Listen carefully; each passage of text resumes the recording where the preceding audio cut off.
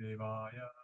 Om Namo Bhagavate Vasudevaya. Om Namo Deva Sudevaya. Om Namo Bhagavate Vasudevaya. Continuing with the Srimad Bhagavatam, Canto 1, Chapter 5, Narada's Instructions in Srimad Bhagavatam. Text 31. 1.531. Yenaivaham bhagavato vasudevasya vetasaha mayan bhavam avidam yena gachanti tat padam. Srila Prabhupada's translation and purport. Srila Prabhupada ki jai. Jai. Translation.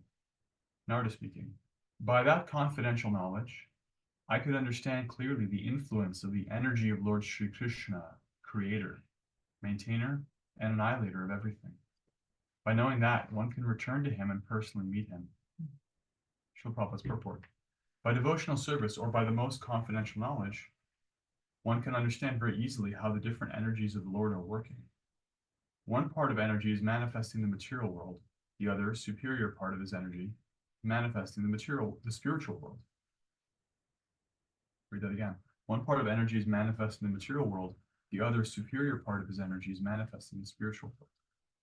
And the via medium energy is manifesting the living entities who are serving either of the above mentioned energies. The living entities serving material energy are struggling hard for existence and happiness, which is presented to them as illusion. But those in the spiritual energy are placed under the direct service of the Lord in eternal life, complete knowledge, and perpetual bliss. The Lord desires, as he has directly said in the Bhagavad Gita, that all conditioned souls rotting in the kingdom of material energy come back to him by giving up all engagements in the material world. This is the most confidential part of knowledge. But this can be understood only by the pure devotees, and only such devotees enter the kingdom of God to see him personally and serve him personally. The concrete example is Narada himself, who attained this stage of eternal knowledge and eternal bliss. And the ways and means are open to all, provided one agrees to follow in the footsteps of Sri Narada Muni.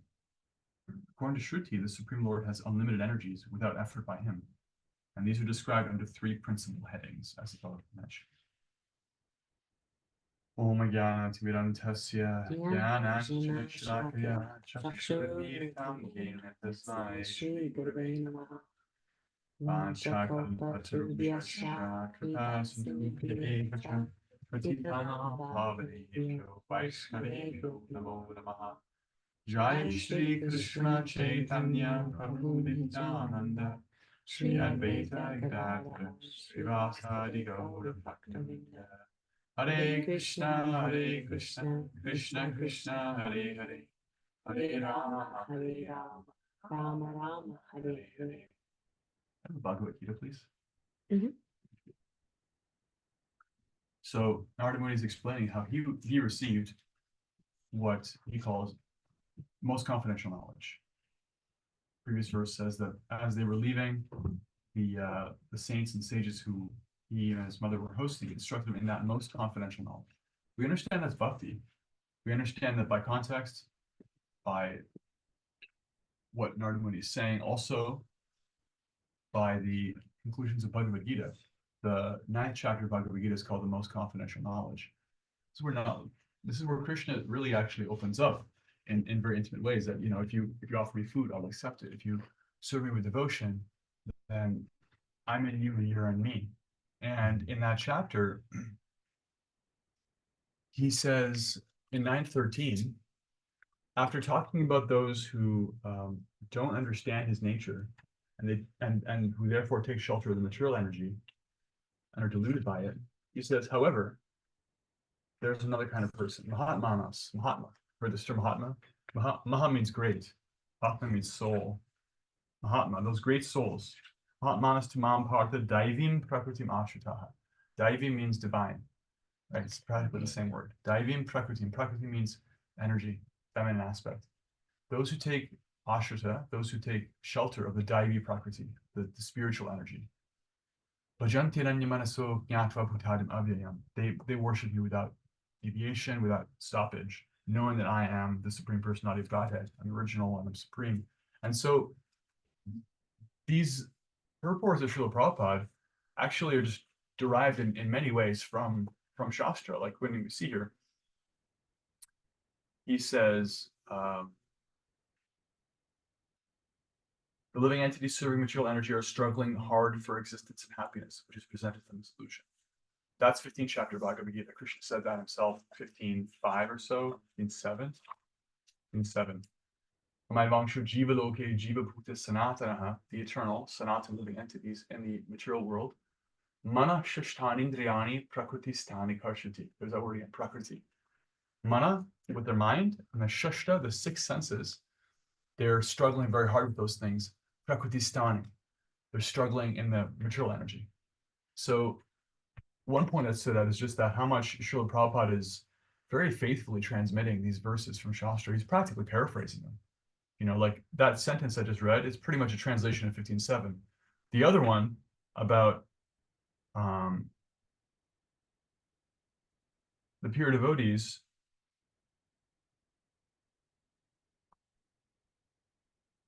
who serve the superior energy is practically 9:13. So this is tattva. This is things as they are. Bhagavad Gita explains it.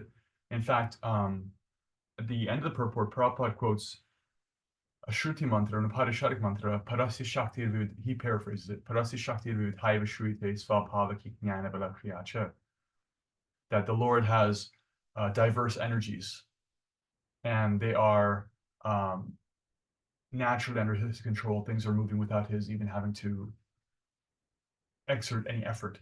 And so this is Shakti Tattva. We're understanding the nature of Krishna's energies. So we have the superior energy, the marginal energy, and the material energy, lower inferior energy. Inferior energy means inanimate matter, right? That which is under the influence of time, including our bodies. The intermediate energy is the living entities like ourselves who are in this world or any material world. And they have to take shelter. We have to take shelter of either the inferior or the spiritual energy.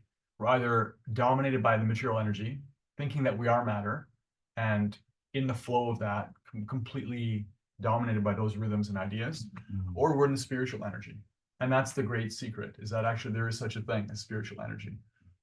The impersonalists can come as high as realizing we're actually a soul, but they can't understand Krishna's superior energy because they don't actually perform surrender. They don't actually perform devotion.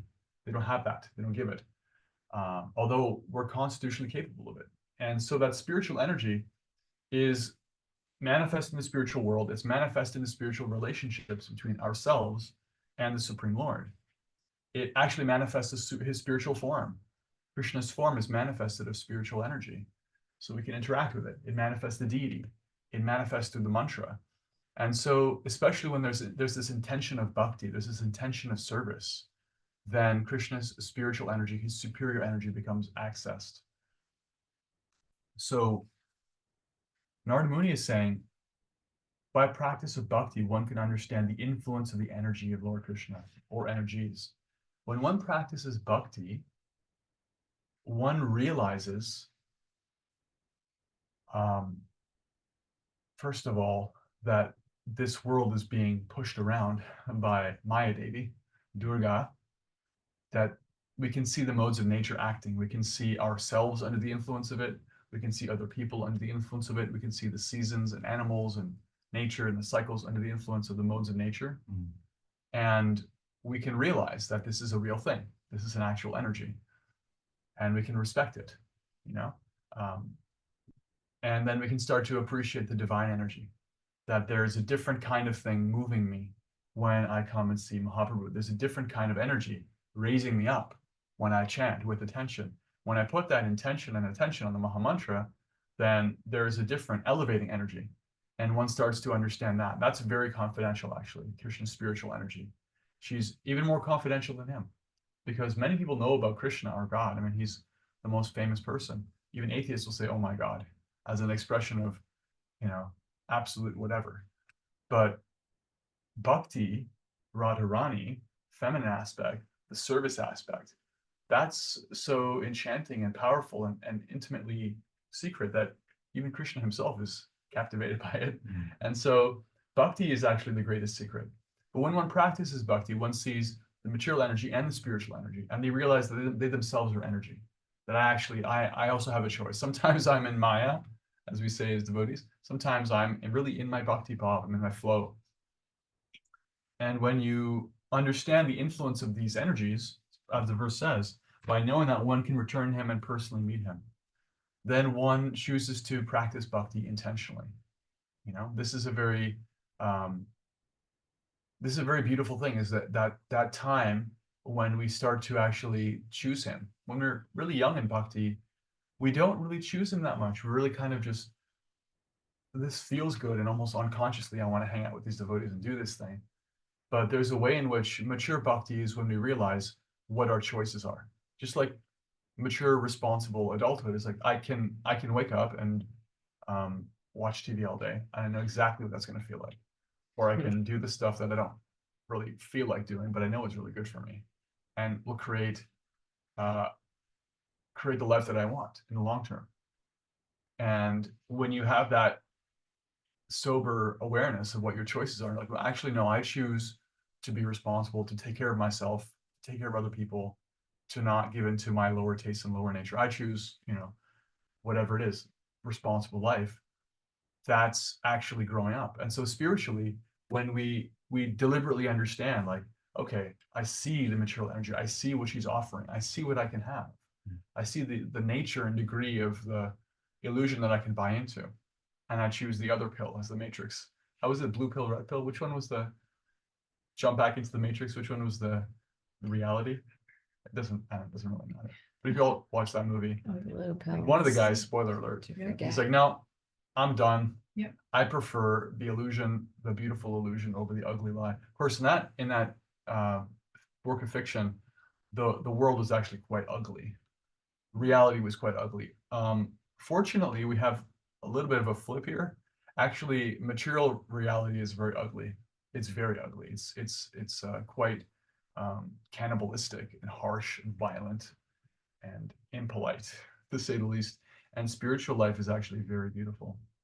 And so what we're doing as devotees is we're coming to the point of weighing side by side what material and spiritual really are, and choosing Krishna. And by that choice, consistently, we can come to him. Bhajanti ananya manaso jnatva bhutadim avyayam. 9:13, the verse about those who take shelter of the spiritual energy. They come to the point of bhajanti ananya manaso.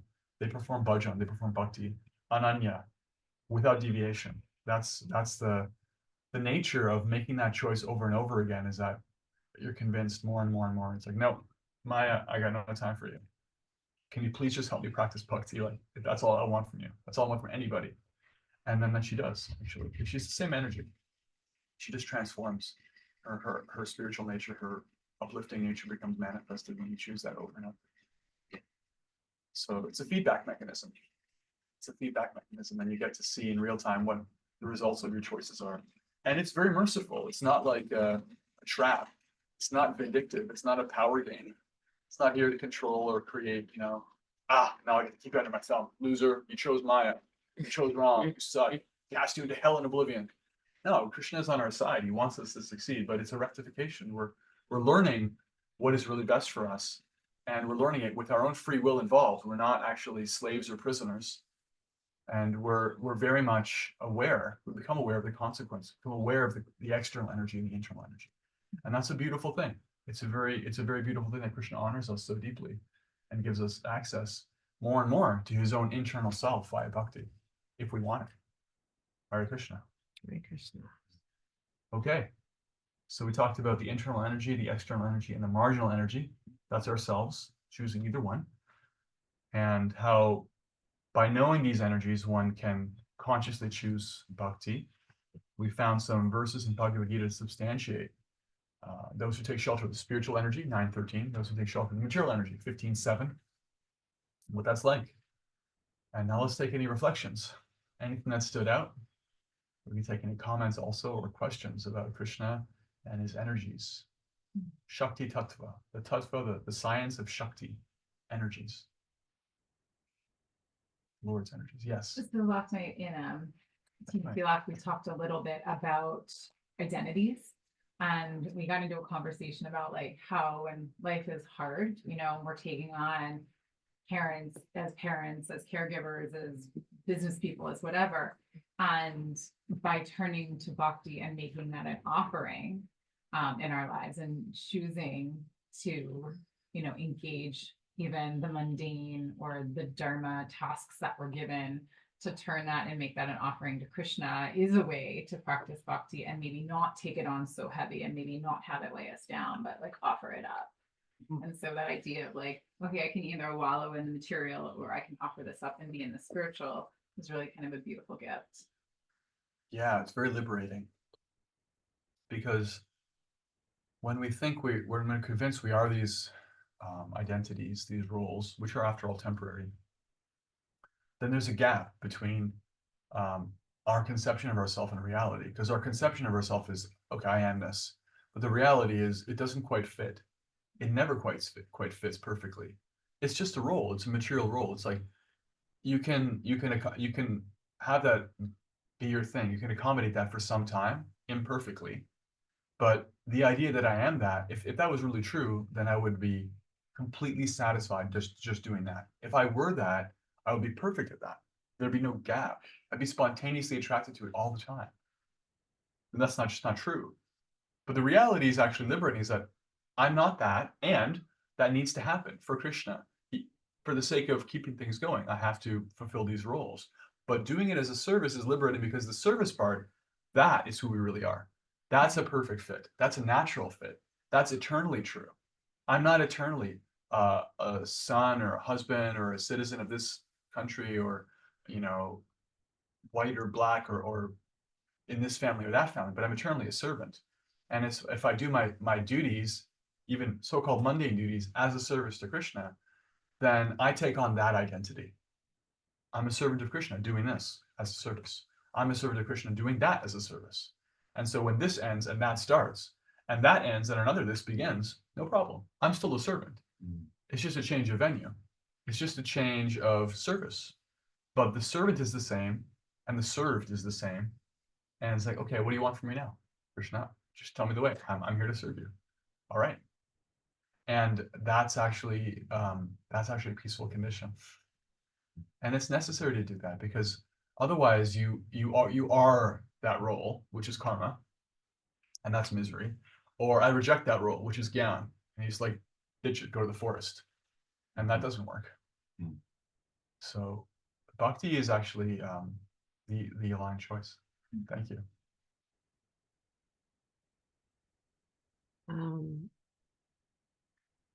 I love how you said that bhakti is the greatest secret. And I was thinking about how you referenced this and sort of the purport, but like until you experience an elevated spiritual energy, you don't even know that you're living in Maya, like the Matrix, right? Like you don't even realize that you're just totally encumbered by Maya and the gunas, By things that are not real. by things that are not real, right? And so You have no reference point. exactly. And so it is, in so many ways, it's the greatest secret. It's like, it's the wake up call. It's the way to experience higher love, divine love. It's the way to heal. It's the way, like, it's a secret in so many ways. And then you also said, to even say to Maya, so often I'm frame it like I speak to Krishna or Radharani and like, please help me to, purify my ego and my consciousness and help me to rise above Maya. But you just said something this morning about also talking to Maya and telling her like, okay, goddess, please help me to not be so enthralled by your energy, so that I can access this spiritual energy by and through service. Yeah. But I like that that sentiment as well, to speak to her directly. Yeah, I mean, it's there in Shastra that our for example, our attitude to any demigod is not one of negligence. Our attitude is, oh, actually, you're so much more elevated than me, because you have this position of like managing this aspect of material nature. I can't even manage this human body, 5.5 feet tall, 150 pounds in some corner of the material planet. Please help me to be a better devotee. Whatever bhakti you have, please help me to develop it. The the gopis in Vrindavan also, they worshipped the external energy, but because culturally that was done, especially by young girls. They worship Lord Shiva and they worship Durga to get a good husband. But what were they asking for? They're asking for Krishna. They're asking for how can I actually serve him better? These are pure devotees, right? So their attitude to anybody is like, okay, like how can you help me be a better devotee? That's all I want. Mm-hmm. And philosophically, if we approach Krishna's external energy in a mood of I just want bhakti, then she doesn't function as the external energy. She functions as the internal energy. Because Maya is just a lower reflection of Radharani. It's like, okay, you really just want to be the boss. You want to be Krishna. Okay, then I gotta be this way with you. Mm-hmm. And as soon as you want service, then it starts to transform. Right? Like you can feel oppressed by the material energy and you can feel inspired and uplifted by the spiritual energy. Those are two different functions of Krishna's energetic half, or his energy half. So, praying that way to Durga, and just kind of esoterically praying that way to the external energy is basically saying like, Srimati Radharani, help me. I just want bhakti. Because she'll hear that prayer. It's for her. That's her domain. Okay, now you want that. Okay, great. I'm so happy to hear that. Here's what you can do. Yeah. Jai. Thank you. Thank you. More reflections? Anything that stood out? Any comments or questions? Shakti. Shakti. Haribol. Krishna. I like find my words. You were speaking about Shakti today, and this is something that I think a lot about and feel and experience. And I actually stayed home today because like I felt really overwhelmed by Krishna's energy this morning, and I needed to just like ground at my altar and just like be here in it. And I guess it's amazing when this is what I'm finding in my life. Like it's amazing when it becomes aligned in Krishna's plan for me. And I can just like offer all of that in service. I can extend it further in service. I can extend it further into the world. I can be a full-blown instrument. And that Shakti is coming really strongly for me right now. And so I guess like my question is like I would love some like advice how to like move through these waves.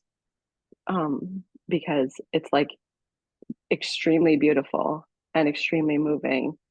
And I just like don't know what to do with it. Let me understand your question. You're saying, can you restate your question? My question is that in the moments where you are actually feeling like you're reaching this deeper level of service and you're aligning your life with Krishna's plan for you and his Shakti is coming really strongly in your life, like how do you hold that and move through it? And is it's really strong? Yeah. What do you do when you feel Krishna's spiritual energy acting? Well, you'd be grateful. And what did our acharyas do? That's a really good way to answer that question.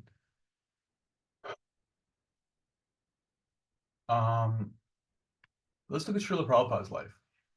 When Srila Prabhupada came to the West, he was fulfilling an order that on paper looked absurd. He didn't have practically any external resources, apparently. Like in terms of things that we can understand materially, he had nothing. He's in an old body, no money, no friends, no allies, politically nothing, culturally like completely from left field. Materially speaking, he was not aligned at all, but spiritually speaking, he was so aligned that he became the tip of a spear, right? That actually created like a gigantic movement. Actually, he didn't create it, he knows that, but it manifested through him as per Lord Chaitanya's will. And what was his response when it was directly brought to his attention over and over and over and over again? How amazingly empowered he was in his, and it's true, it's not a lie. He is incredibly empowered. That's what you're talking about, being empowered, right? There's actually two things. There's the powerful and the empowered. There's only one powerful person, that's Krishna. Everyone else is empowered. Everyone else receives his energy for some service, right? So we can be empowered. I mean, even materially, you can be empowered. You know, Carl Lewis is empowered to run the 100-meter, right? But spiritually, that spiritual empowerment, what did Prabhupada say and do? What was his mode when it was brought to his attention? Prabhupada, you're so amazing. Look what you're doing. He would say, it is all the mercy of my Guru Maharaj. Just look at how powerful his desire is. Look at Bhaktivinoda Thakur. One time, Srila Prabhupada said, actually, Bhaktivinoda Thakur could have just done it all himself. He could have done all this himself. He was so kind.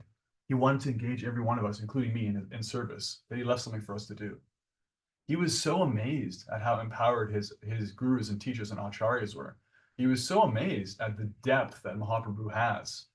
He was always thinking about them. That one praise came when the enormity of what he was doing was brought to his attention. He was like, yeah, but it's not really me. I'm here, and look at all this energy that's coming down. Like, look where it's coming from.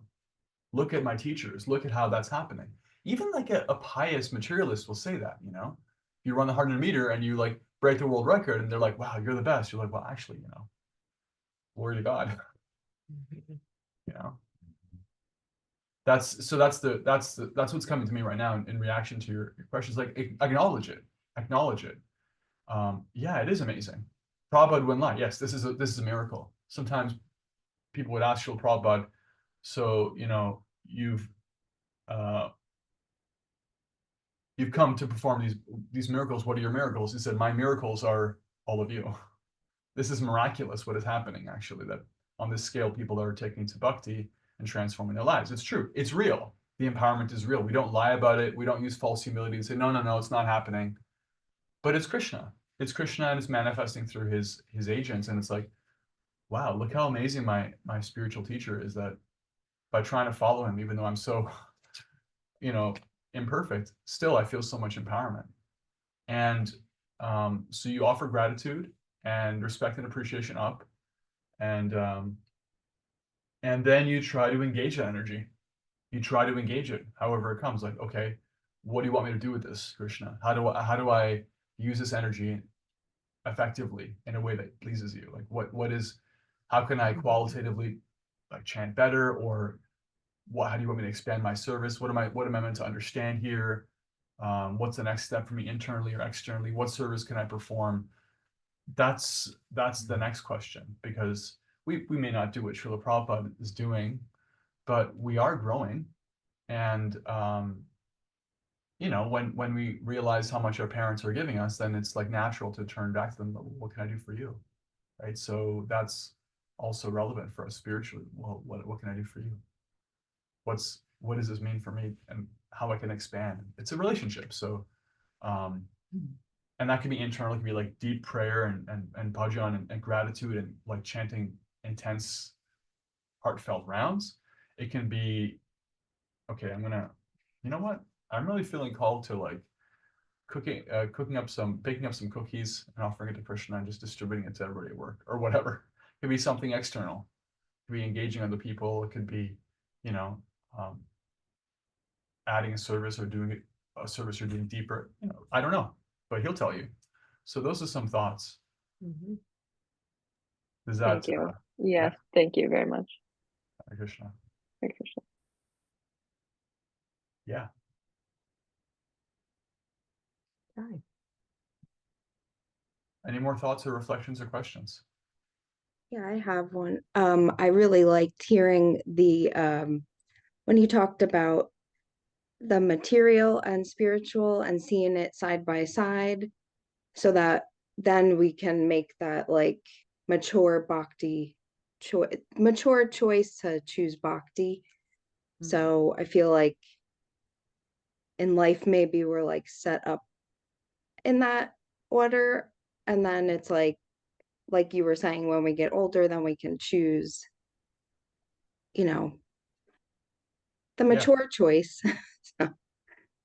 Yeah, we maintain free will to choose. It's more powerful when you choose it of your own free will.